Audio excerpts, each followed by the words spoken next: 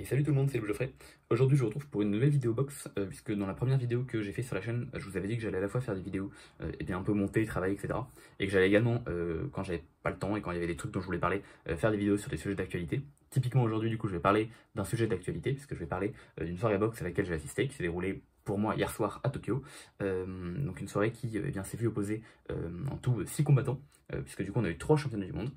Un championnat du monde eh bien dans la catégorie des super mouches, entre le japonais Kosei Tanaka et le mexicain Baka Segua, ainsi que 2 championnats du monde poids coq, donc entre Junto Nakatani et Santiago, et également entre donc, Takuma Inoue et Ankaras. Donc je reviens rapidement sur les 3 événements en essayant au mieux de contextualiser vite fait, au cas où pour des gens qui vraiment débarqueraient sans reconnaître. Bon voilà. Donc du coup j'ai eu la chance d'aller voir la soirée hier à Tokyo. Il y a eu des petites galères et tout, j'ai quand même réussi à rentrer finalement. J'ai pas eu la meilleure des places, donc j'ai clairement pas pu voir aussi bien que ce que j'aurais voulu ou ce que d'autres personnes ont pu voir. Malgré tout j'ai quand même trouvé que les combats étaient très cool. Au niveau de la salle japonaise, on m'avait dit que les Japonais étaient des gens vachement réservés et que quand il y avait des événements box, vous voyez, enfin souvent le public, la foule, elle supporte un peu son combattant. Quand il y a des coups, les gens ils crient. Et on m'avait dit que le public japonais c'est un public qui était très sage et qui globalement venait s'asseyer, regarder, disait pas un mot. En vrai, alors bon, clairement j'avais pas les chants de supporters anglais avec les énormes drapeaux et voilà. Mais en vrai, il y a quand même eu un gros soutien des boxeurs japonais. Il y a quand même une foule qui gueulait leur nom, qui les applaudissait. Ça devait être vachement dur d'ailleurs, je réalise, pour tous les boxeurs qui étaient pas jaf. Parce que dès qu'ils se prenaient une mandale un peu bonne, t'avais toute la foule qui était là pour applaudir et marquer leur humiliation. Et dès que eux ils mettaient un bon coup, il y avait un silence radio, comme si c'était rien passé. Donc c'était je pense un peu dur pour eux. Donc on a quand même eu 3 championnats du monde, c'est vraiment exceptionnel, c'est rare le genre de soirée, on a autant de championnats du monde. Surtout que du coup, donc là on avait clairement à chaque fois des japonais qui étaient mis à l'honneur, et les 3 japonais ont gagné, ça tombe bien. Le premier combat qu'on a eu, c'était un combat donc, dans la catégorie de super mouche, qui a opposé donc, Kosei Tanaka, un japonais dont je vais vous parler un peu plus en détail juste après, et un mexicain donc, que je connaissais pas, qui s'appelait Baka Segua, pour la ceinture vacante WBO, donc des super mouches. Alors il faut savoir que du coup, donc c'est Kosei Tanaka qui a remporté ce combat. C'est vachement bien qu'il l'ait remporté, enfin moi je suis très content, parce que du coup Kosei Tanaka c'est un de mes petits chouchous. C'est un gars que j'aime beaucoup, du coup c'est un japonais qui a pas trop le style japonais, je reviens sur ça juste après. Et c'est surtout un gars qui en fait a speedrun les catégories de poids très très vite. Il a commencé la boxe pro extrêmement jeune, il avait je crois 18-19 piges.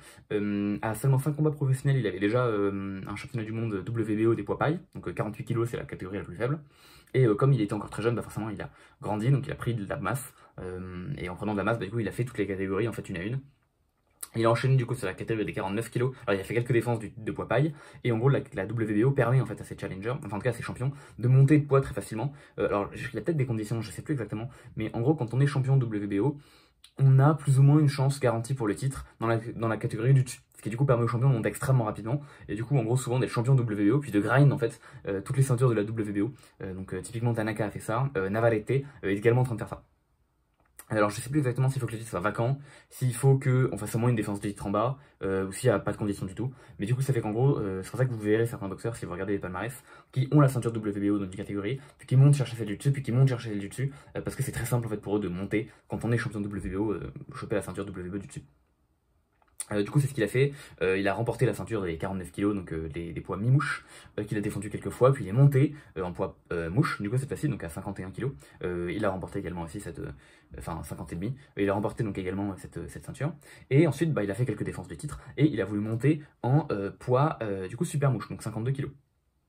Alors il faut savoir que c'est du coup donc le boxeur qui a récupéré des ceintures dans 3 catégories de poids différentes le plus rapidement de l'histoire, à égalité avec un autre gars qui a speedrun la catégorie qui s'appelle Lomachenko, vous connaissez peut-être, je sais pas me dire dessus. Donc c'est voilà, donc c'est le gars qui avait égalisé le record, hein, donc 12 combats, 12 victoires, et champion dans 3 catégories de poids différentes, il a speedrun le jeu.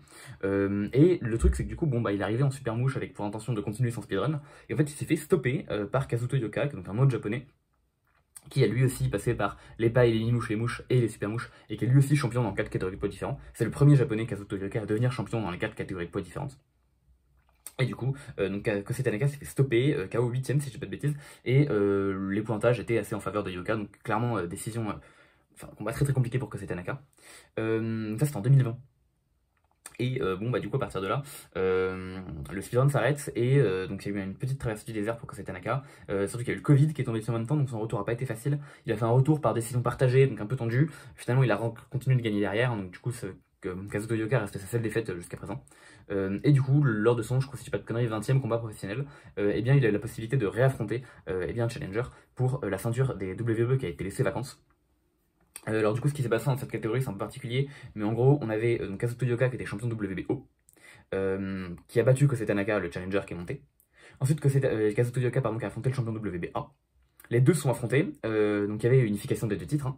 Donc le gagnant allait partir avec les deux ceintures, il y avait égalité.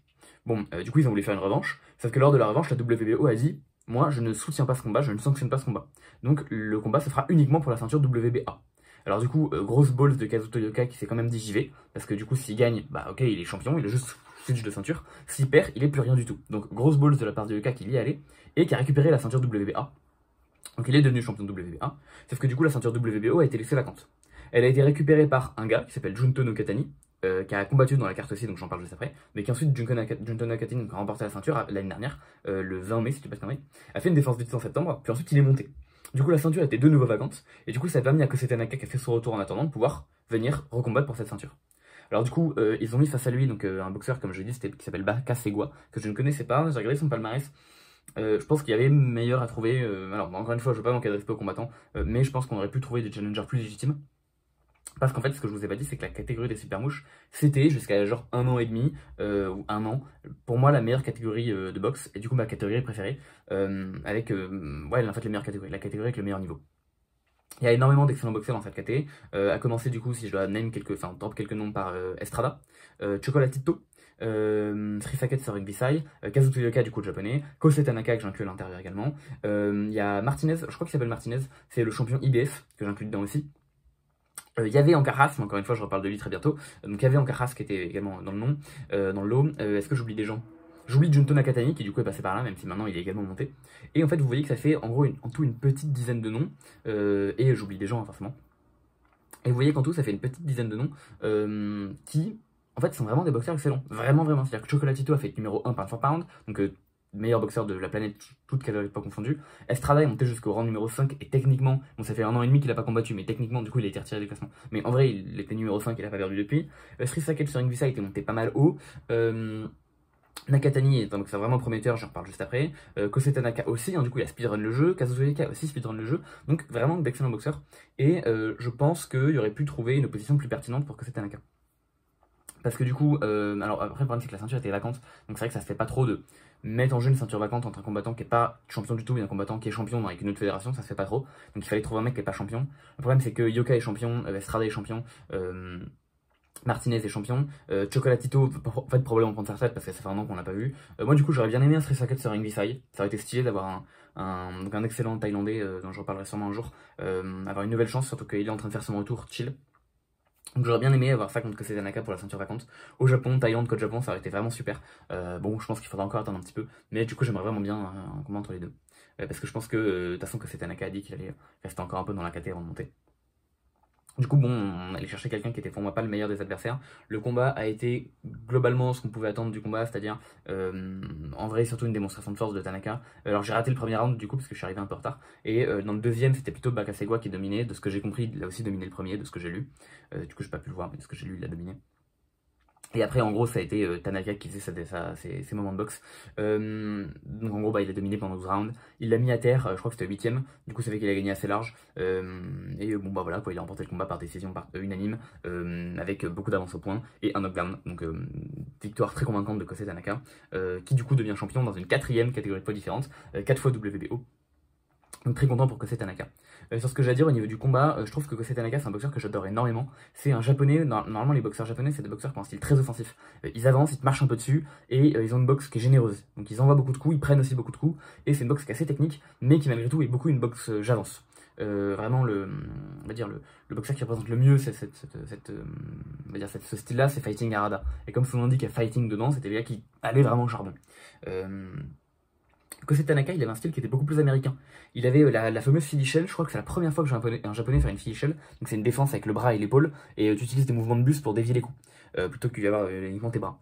Donc du coup, main basse, il est beaucoup resté au contact à uniquement faire des mouvements de buste pour esquiver les coups. Donc des esquives de buste avec des mains basses, c'est un truc qu'on retrouve très peu chez les japonais. Et malgré tout, du coup, c'était extrêmement convaincant, très technique, largement meilleur que Baka Segua en termes techniques. Le seul truc que je peux reprocher éventuellement un peu à Tanaka, c'est que, en tout cas dans ce combat, c'est qu'il était clairement au-dessus de Bakasewa, il n'y a aucun doute là-dessus. Maintenant, il y a beaucoup de moments où je le trouve trop peu actif en fait. C'est-à-dire qu'il est juste devant Bakasewa, il esquive un coup, il esquive deux coups, il esquive trois coups, il esquive cinq coups, trop bien. Maintenant, remise derrière, contre, rattaque. Parce que le truc, c'est que du coup, il y a vraiment des séquences où les deux étaient au corps à corps, pendant 10 secondes, il se passe rien, puis Bakasewa envoie une combinaison, Kosei Tanaka esquive tout, et Kosei Tanaka remise pas, et reste là. Et du coup, c'est trop bien, parce que, ok, tu montres que t'es bien meilleur que ton adversaire, y a pas de souci. Maintenant, c'est pas comme ça qu'on gagne des rounds. Et là, ça lui a pas du tout posé problème, bien sûr, dans ce combat.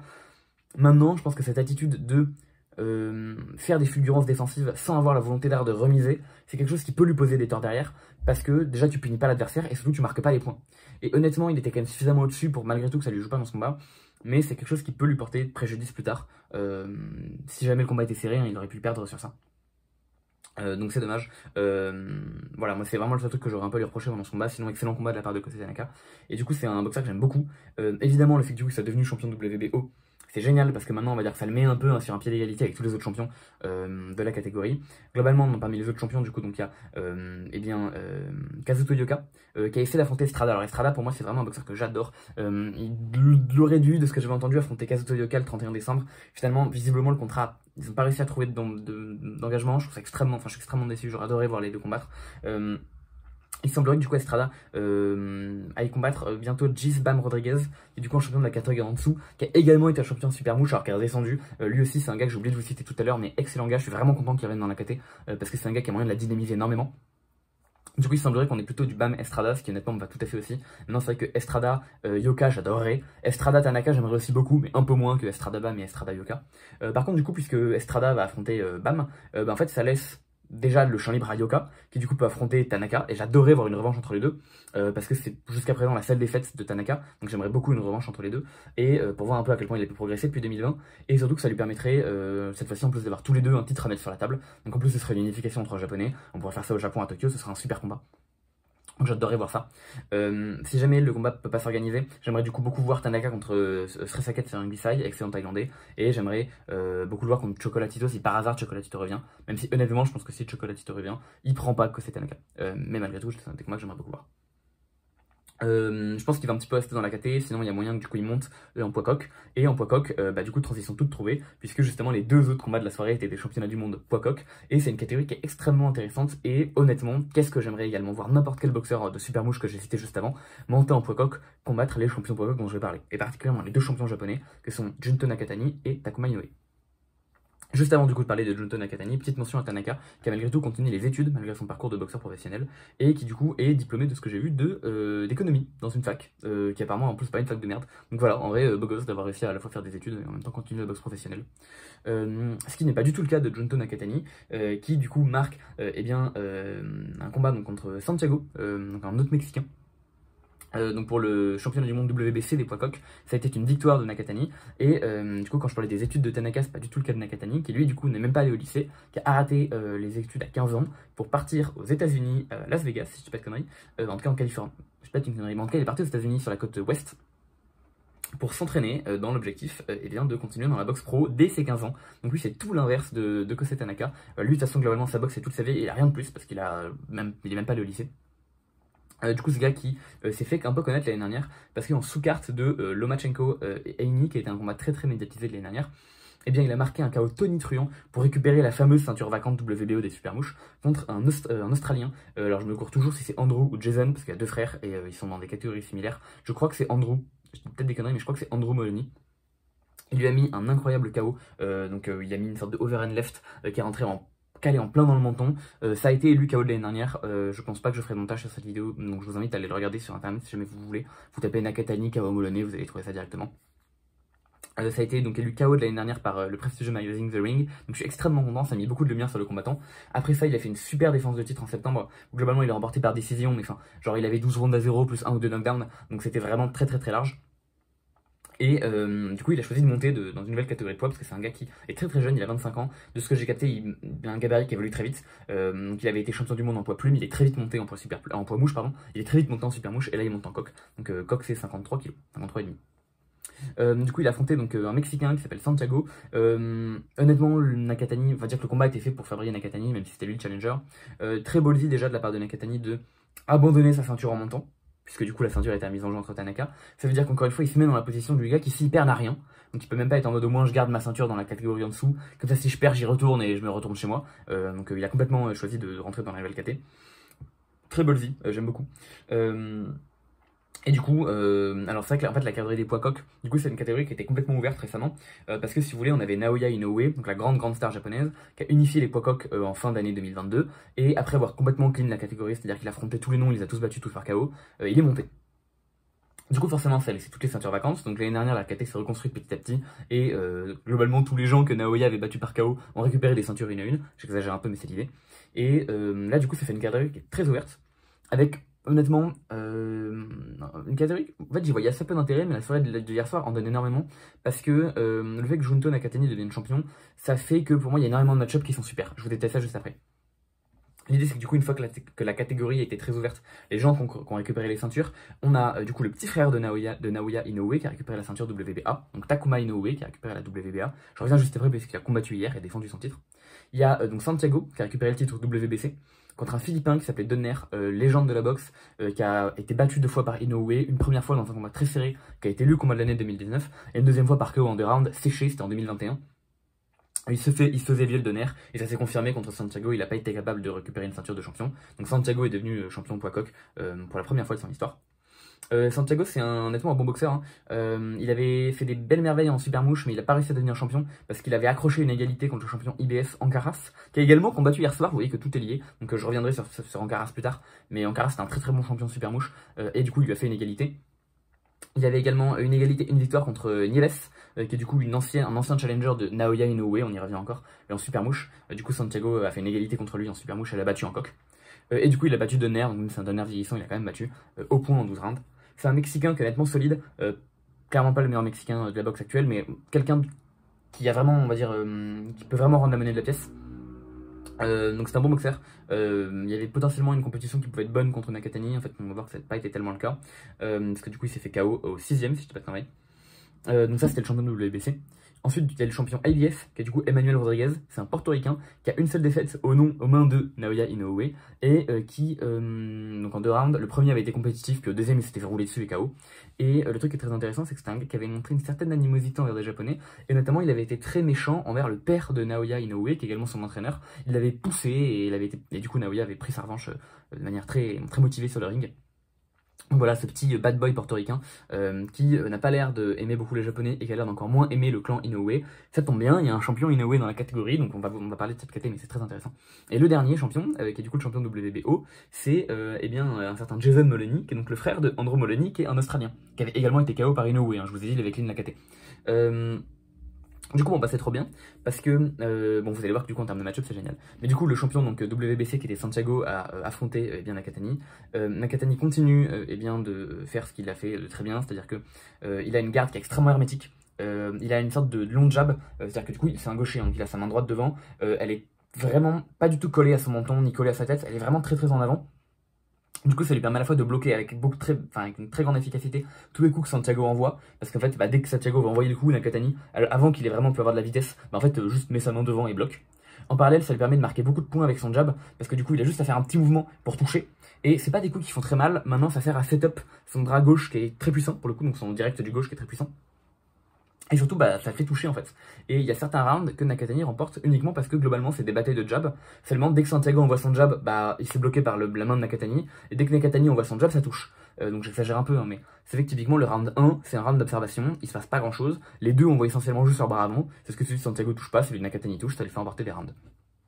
Donc ça c'est super, sa main gauche elle est vraiment très éduquée et elle lui permet de très facilement très bien se protéger, très bien setup sa gauche et marquer des points, donc c'est exactement ce qu'on attend d'un jab. Donc très bon jab de la part de Nakatani. En parallèle il peut tourner ça en crochet, il a commencé à faire ça à partir du 4ème round, tourner ça en crochet pour catch quand Santiago essaie de se jeter un peu sur lui. Parce que du coup ce que essayait de faire Santiago dans les premiers rounds, c'est qu'il essayait dans les 10 dernières secondes de se jeter pour envoyer une dernière combinaison et en gros essayer de voler les rounds dans les yeux des juges. Donc essayer de faire forte impression sur le dernier moment et que les juges se disent oh là là il a vraiment fait beaucoup mieux dans ce round, vu la combinaison qu'il a fait à la fin. Voilà, on appelle ça voler les rounds, c'est une stratégie assez classique en boxe. Voilà, essayer de envoyer une dernière combinaison pour faire une dernière forte impression sur les juges, quoi. Donc c'est un peu surpris Nakatani au premier round, qui s'est clairement retrouvé à prendre du coup un petit coup. Alors ça allait, hein, il a pas mangé une grosse combinaison, mais il s'est fait toucher. Pour moi c'était pas suffisant pour donner le round à Santiago, parce qu'il a fait que ça, mais c'était quand même suffisant. Enfin, c'était quand même une combinaison qu'il a réalisée. Du coup, à partir du deuxième et troisième round, on peut voir que Nakatani est beaucoup plus précautionneux. Et notamment, c'est lui qui va empêcher Santiago de se jeter, parce que dès qu'il reste 10 rounds, c'est lui qui va commencer à envoyer un coup dans le deuxième. Le troisième, il va réussir à attendre qu'il vienne pour le contrer.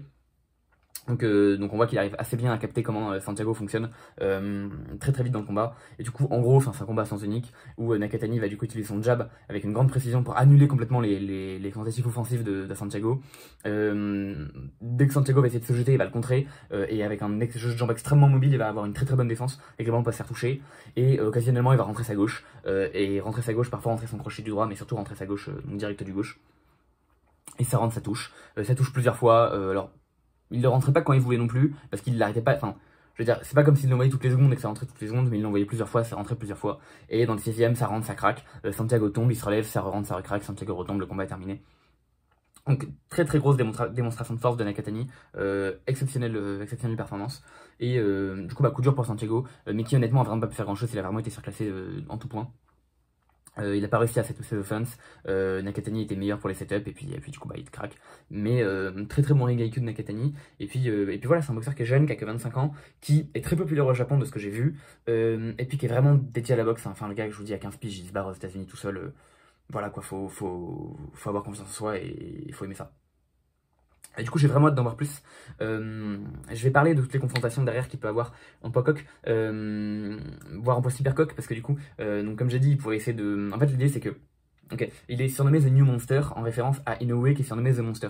Et Nakatani semble être la nouvelle superstar japonaise derrière Inoue et semble un peu être actuellement dans son ombre. Mais de tous les japonais très très bons boxeurs, Nakatani semble être celui qui a, de par son aura et de par ce qu'il réalise sur le ring, le plus de chances de rattraper la star Inoue et potentiellement devenir la titiller. Alors du coup que ce soit, et du coup forcément il va y avoir beaucoup de comparaisons entre les deux, et beaucoup de comparaisons entre est-ce que Nakatani va venir monter en poids super coq pour affronter Inoue, qui est du coup actuellement le gros king japonais, enfin c'est le meilleur boxeur du monde en gros, elle est peut-être le deuxième meilleur mais en gros c'est l'idée, et actuellement il est dans la catégorie super coq 55 kg, donc juste au-dessus de la tête de Nakatani. Du coup il y a des questions, est-ce que Nakatani va monter pour organiser un super showdown Nakatani Inoue, le monster contre The New Monster, ou est-ce que Nakatani va rester en coq pour venir réaliser du travail sur eh bien, les anciens adversaires de Inoue? Parce que du coup, il y a Emmanuel Rodriguez qui s'est fait labourer en 2 rounds par Inoue et qui avait injurié son père. Ça ferait un beau combat, honnêtement. C'est deux boxeurs qui sont assez offensifs et ça pourrait faire des belles adversaires sur le ring. Et le battre avec la manière, ce serait envoyer un message à Inoue en disant regarde, le mec que t'as battu, je le bats aussi. Jason Moloney, ça serait génial. Là, je parle que d'unification, hein, globalement. Jason Moloney, ça serait génial aussi, parce que à la fois, ce sera la revanche du frère australien contre Nakatani. Nakatani a labouré son frère en lui mettant un énorme KO 11ème, qui a été élu KO de l'année. Donc affronter Jason, ce sera affronter le frère qui tenterait de prendre la revanche. Ce serait trop bien. En même temps, ce sera affronter un gars qui s'est fait laver par Inoue, donc ça serait trop bien aussi. Affronter Takuma Inoue, ça ferait une très très belle opposition japonais-japonais entre deux champions poids coq. Et le battre, ça permettrait à Naoya de dire regarde, j'ai battu ton frère, maintenant viens. Donc ça serait cool aussi. Éventuellement affronter Donner, même si je pense que ça te permettra d'avoir un dernier heure de gloire pour Donner, même si je pense que le combat c'est pas très intéressant parce que Donner se fait vraiment vieux. Maintenant, ce serait en gros un moyen de se faire du bif pour Donner et un moyen pour Nakatani d'avoir un nom facilement à son palmarès. Désolé Donner, hein, ça fait du mal de dire que c'est une victoire facile, mais honnêtement, c'est un boxeur qui se fait vraiment vieux, extrêmement grande légende du ring, un futur Hall of Famer à coup sûr, mais là actuellement, enfin, il est vieux quoi, il a 41 ans, globalement. Sur le ring, il fait plus des merveilles. Encore une fois, hein, sans vouloir manquer de respect à Santiago, il n'a pas vu le jour contre Santiago, donc bon, Nakatani serait clairement au-dessus de Donner, donc un combat qui serait pas très intéressant. Mais pour le nom, ce serait sympa. Donc voilà, donc du coup on voit que Nakatani c'est un boxeur qui pour moi peut être vraiment excitant dans les affrontements qu'il peut proposer, que ce soit donc contre Rodriguez, le champion IBF, contre Moloney, le champion WBO, contre Inoue, le champion de la catégorie du dessus, ou contre Inoue, le champion actuel de WBA. Donc un boxeur qui a un grand intérêt futur, je lui porte beaucoup d'intention, c'est un mec qui a l'air d'être extrêmement dédié à son sport et qui est extrêmement bon, et donc j'ai vraiment hâte de le voir évoluer. Enfin, le dernier combat de la soirée, du coup, c'était le combat contre Takuma Inoue, donc le petit frère de Naoya, champion WBA des poids coqs, et eh bien le Philippin Ancaras. Donc Ancaras, c'est honnêtement, dans ma tête, il méritait pas forcément sa chance mondiale maintenant, dans le sens où, en gros, si vous voulez, Ancaras a été du coup un très très gros champion dans la catégorie inférieure, qui a marqué 9 défenses de titre, et en gros, il a fini par perdre contre Martinez, le champion actuel IBF. Ils ont tenté une revanche, il a de nouveau perdu. Du coup, quand c'est ça, bah, tu montes de catégorie. Il est monté au point coq l'année dernière et il a fait un combat, ce qui est cool. Il a gagné par KO, ce qui est cool. Sauf que le combat, c'était qu'un combat de 8 rounds. Donc c'est quand même pas non plus un combat mondial, quoi. C'est un bon combat régional, mais c'est pas un combat, on va dire, d'amplitude mondiale. Et il a gagné par KO au 5ème. Donc même son adversaire, c'était pas un adversaire hyper bien classé, c'était vraiment un combat de reprise. Et le truc c'est que directement après ça, ils lui ont donné une chance mondiale. Alors de base, le combat devait se faire en novembre, mais à cause de blessures, il a été décalé. Sauf que du coup, ça fait qu'en 1 an et demi, il a boxé qu'une fois, contre un adversaire de calibre clairement pas mondial, en tout cas clairement pas championnat du monde. Et il a fait boxer que 5 rounds. Donc je trouvais c'est un peu prématuré de le relancer directement sur le ring. Et en parallèle, il y a Takuma Inoue, mais malgré tout, excellent champion de la catégorie du dessous. Hein. Il y a un mec qui a vraiment palmarès comme ça. En parallèle, du coup, il y avait Takuma Inoue. Pour lui, c'est très compliqué parce que du coup, c'est le petit frère de la superstar japonaise et de la superstar de la boxe. Et déjà, c'est compliqué parce qu'il est forcément dans l'ombre de son grand frère. Dès qu'on parle de Takuma, on parle de Naoya et je suis également en train de le faire. Donc c'est terrible pour lui parce que c'est plus le frère de Inoue que Inoue, si vous voyez ce que je veux dire. Et c'est très dur pour lui, je pense.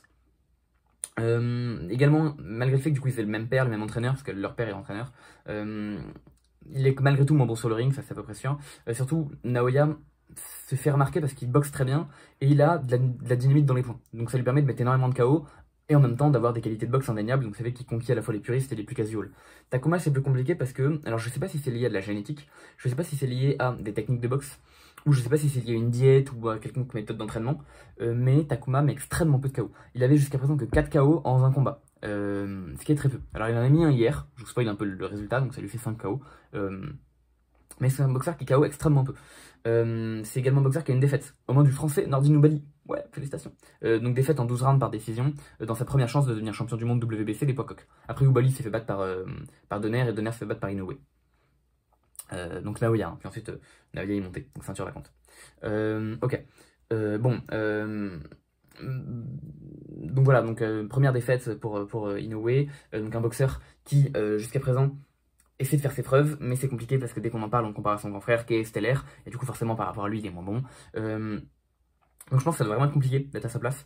Même The Ring le classe seulement 8ème alors qu'il est champion. Si vous regardez, donc la catégorie comme je vous dis est très ouverte, mais si vous regardiez les classements avant ce combat là, il était classé 8ème alors qu'il est champion et tous les autres champions étaient 1, 2, 3. Donc être classé 8ème c'est très très faible. Il y a beaucoup de gens que en gros The Ring le considère pas comme on va dire un champion très légitime de la KT ou comme un nom vraiment très important de la KT. C'est un nom de la KT, c'est indéniable, de toute façon il a une ceinture, mais c'était pas The Name dans la catégorie. Donc très compliqué pour Takuma, qui du coup malgré tout prend Caras hier, et qui fait honnêtement pour moi un combat qui était le seul combat réellement accroché de la soirée. Alors du coup il a gagné par KO au 9ème round, extrêmement beau KO, et il lui met un coup au corps à plusieurs reprises, et après le deuxième, enfin le premier, le deuxième, le troisième, Ankara finit par flancher, et ceux qui ont fait de la boxe et qui se sont déjà pris des coups dans le corps, vous savez à quel point c'est votre corps qui déconnecte, et du coup on voit qu'Ankara c'est sur le sol, on voit qu'il essaie de se relever, on voit qu'il peut pas, et on voit qu'il réalise ce qui est en train de se passer, il réalise que juste ses jambes répondent plus et que ça fait trop mal et que genre son corps ne peut physiquement pas le faire. C'est extrêmement dur à vivre, mais du coup en même temps c'est terrible les KO au corps pour ce genre de choses. Donc pour moi j'adore, hein, les coups au corps c'est quelque chose que je trouve vraiment super en boxe. Bref c'est un truc qui me plaît. Du coup le KO je le trouve magnifique. Je suis très content des performances de Inoue. Il faut savoir que du coup au moment du 9ème round, alors j'ai pas vu les scorecards officiels, faudrait que je les cherche, mais du coup à la fin du 8ème, moi j'avais 4-4, donc j'avais un score parfait en termes d'égalité. Globalement Ankara a très bien commencé le combat, ensuite Takuma a commencé à envoyer des droites assez facilement, parce que du coup il y avait gaucher pour Takuma et droitier pour Ankara. Du coup les mains arrière rentrent facilement parce que c'est ouvert. Du coup le bras arrière de Takuma a commencé à rentrer pas mal, mais évidemment ça faisait mal à Ankara, mais pas mal comme des coups de Naoya aurait pu faire. On l'a pas vu s'éteindre, ou pas vu se figer au moment où il s'est pris une première droite. Et globalement Ankara dominait le début du combat. À partir du 4ème, 5ème round, alors le 4ème est exceptionnel, le 4ème round, j'ai adoré, les deux sont mis face à face au milieu du ring et ont commencé à s'échanger quasiment uniquement des coups au corps. Ils étaient très proches et c'était vraiment une bataille de tranchées, de qui tombera le premier, et ils s'envoyaient des patates au corps comme ils pouvaient, et ils défendaient comme ils pouvaient. Je sais pas trop pourquoi les deux visaient quasiment pas leur tête alors que du coup leurs bras étaient bas, mais c'était génial, moi j'ai adoré ce moment. C'est pendant quasiment 1 minute 30, t'avais que coup au corps, coup au corps, coup au corps, coup au corps, c'était magnifique, j'ai adoré cette scène. Faudra que je revoie ce combat uniquement pour cette scène là. Malgré tout, le round est quand même pris par Rankaras. À partir du 5-6ème, j'ai senti qu'il y avait un manque de conditionnement de Rankaras qui a fatigué. Ce qui a permis à Naoya Naoya, je fais l'amalgame, à Takuma de prendre les rounds 5-6. Malgré tout, derrière c'est Takuma qui se fatigue un peu, c'est Rankaras qui revient. Du coup, un combat extrêmement accroché. Et à l'entrée du 9ème, honnêtement, pour moi, le combat est encore très ouvert. Takuma revenait dans le 8ème round qui perdait, où il montrait des signes de fatigue. Rankaras revenait dans le 8ème round qui gagnait, où il montrait qu'il avait réussi à récupérer du 5-6, où il était très fatigué. Égalité au score 4-4 et je voyais très bien le combat aller à la décision serré, le combat aller à la décision 116-112 parce que l'un des deux prenait les 4 derniers rounds ou un KO. Un combat extrêmement ouvert, extrêmement accroché et Takuma qui arrive à voir la lumière au bout du tunnel en plaçant une combinaison au corps qui fait tomber Rankaras. Donc performance très impressionnante et très satisfaisante de Takuma. Ça se voyait d'ailleurs qu'il était extrêmement heureux sur le ring des 3 combattants qu'on a vu ce soir, c'était celui qui était le plus content de gagner, qui était le plus le réjoui, le plus, ça s'est vu. Et je suis extrêmement content pour lui de réussir à marquer comme ça les esprits avec cette victoire. Sauf que du coup, j'espère que The Ring va réussir à remonter un peu dans ses classements. Alors, parce qu'Ankara, c'est quand même pas n'importe qui. Après, c'est vrai qu'en poids coq, il s'est pas non plus montré beaucoup, parce que du coup, il a qu'un seul combat, c'était un 8 round, enfin voilà, on est d'accord que c'était pas le meilleur combattant des coqs non plus, mais du coup j'espère qu'il a pu réaffirmer sa qualité de champion ce soir, j'espère. Là normalement du coup ça fait une opposition qui est très belle, hein, parce que du coup on a 4 champions que j'ai vraiment envie de voir tous affronter les uns les autres. Hein, comme j'ai dit, on a le petit frère Inoue qui peut du coup affronter Rodriguez qui a été battu par son grand frère et qui a manqué de respect à son daron, trop bien. Le frère Inoue qui peut du coup affronter Molony, que son frère a battu, donc Molony qui peut tenter de prendre sa revanche. Le frère Inoue qui peut affronter Nakatani dans un épique showdown japonais. Nakatani qui peut affronter Moloney ou Rodriguez, les deux Samiré. Et Nakatani qui peut monter. Donc moi, dans tous les cas, actuellement, c'est une catégorie qui, d'un coup d'un seul, devient pour moi assez intéressante. Alors évidemment, il n'y a que quelques match-up cool. Hein. Je dis pas que n'importe quel match-up n'irait. Mais disons qu'il y a des match-up qui, pour moi, peuvent vraiment être dignes d'intérêt. Du coup c'est vraiment trop bien. En même temps du coup les japonais qui réaffirment un peu plus leur domination sur les petites catégories. Ils ont 2 champions en poids paille, 2 frères jumeaux. En mi-mouche ils ont un champion unifié qui a 2 ceintures et qui est le Global King de la KT. En mouche je crois qu'ils ont personne. En super mouche ils en ont 2 et en coq ils en ont 2. Et en super coq il y a un seul mais il a les 4 ceintures et c'est le champion unifié. Du coup, vous voyez qu'il y a une grosse domination des Japonais sur les petites catégories de poids. Globalement, à part les mouches qui dominent un peu toutes les KT. Donc vraiment très gros pays de boxe. Ça s'est senti ce soir avec un pays qui met les moyens pour organiser des soirées et des événements de haute qualité. Un pays qui met les moyens pour avoir des combattants de haute qualité et des combattants qui sont déterminés. Je pense qu'on est probablement en train d'assister à un nouvel âge d'or japonais. Qui est probablement guidé par Inoue, ou qui en tout cas est initié par Inoue, parce que clairement les combattants qui sont actuellement dans l'âge d'or, et pas que Inoue, hein, qui est excellent, c'est ça que j'essaie de dire, pas que Naoya, je veux dire, évidemment Inoue, le petit frère, le grand frère, pas que le grand frère, et je pense que du coup il initie un peu cet âge d'or là. Enfin c'est lui on va dire qui ouvre le bal, mais il y a beaucoup de gens qui viennent derrière, et typiquement Nakatani qui... Je veux dire, il a pas commencé la boxe parce qu'à 10 piges, j'ai regardé Inoue à la télé, quoi. C'est ça que je veux dire. Mais du coup, c'est vraiment trop bien qu'on ait un âge d'or comme ça. Excellent pays, et puis je pense que on va continuer d'avoir des très belles réunions de boxe au Japon, et que les boxeurs japonais n'ont pas fini de faire parler d'eux dans les années à venir. Voilà, sinon excellent public dans la salle, gens très respectueux même envers les combattants perdants, à l'exception de mon voisin philippin qui était insupportable, mais du coup il a bien mangé son seum quand Ancaras a perdu, et j'étais très triste que Ancaras perde parce qu'il a fait une performance très bonne. Mais j'avoue que le visage et l'attitude de seum de mon voisin philippin méritent vraiment que Ancaras perde. Enfin, on va dire ça. Bah, vous avez capté. Ça fait qu'au final, j'étais extrêmement content de voir Ancaras perdre juste pour ça. Même si, encore une fois, beaucoup de respect à tous les combattants. Très bonne soirée. Voilà, respect vraiment sur les 3 perdants qui ont fait vraiment ce qu'ils pouvaient, qui sont venus en terrain ennemi, qui n'ont pas eu des combats faciles, les 3, et qui, les 3 ont montré des très belles choses. Notamment, alors, soit dans leur box pour Ancaras, soit dans le cœur qu'ils avaient et dans la détermination qu'ils ont eu à rester jusqu'au bout. Je pense totalement à Bakasewa et à Santiago. Voilà. Du coup c'est tout ce que j'avais à dire sur cet événement. J'espère que j'aurai la possibilité de retourner voir des événements au Japon. Je vous invite en termes de combat à aller voir du coup à aller voir celui de Takuma contre Ancaras qui est extrêmement bien. En plus il se pose sur YouTube gratuitement, il y a déjà des gens qui l'auront upload. Donc vous tapez Takuma Inoue versus Ancaras, vous allez trouver ça direct. Excellent combat. Les autres sont plus dispensables, même si si vous voulez voir des gens qui boxent, n'hésitez pas. Bah voilà, c'était tout pour moi. J'essaierai peut-être de refaire comme ça des petites vidéos d'actualité si jamais il y a des soirées box qui m'intéressent ou si jamais il y a des officialisations. Notamment, je suis content de l'officialisation de Gervonta Davis contre Frank Martin. Je sais pas si j'irai jusqu'à en faire une vidéo, mais je suis content de cette officialisation là.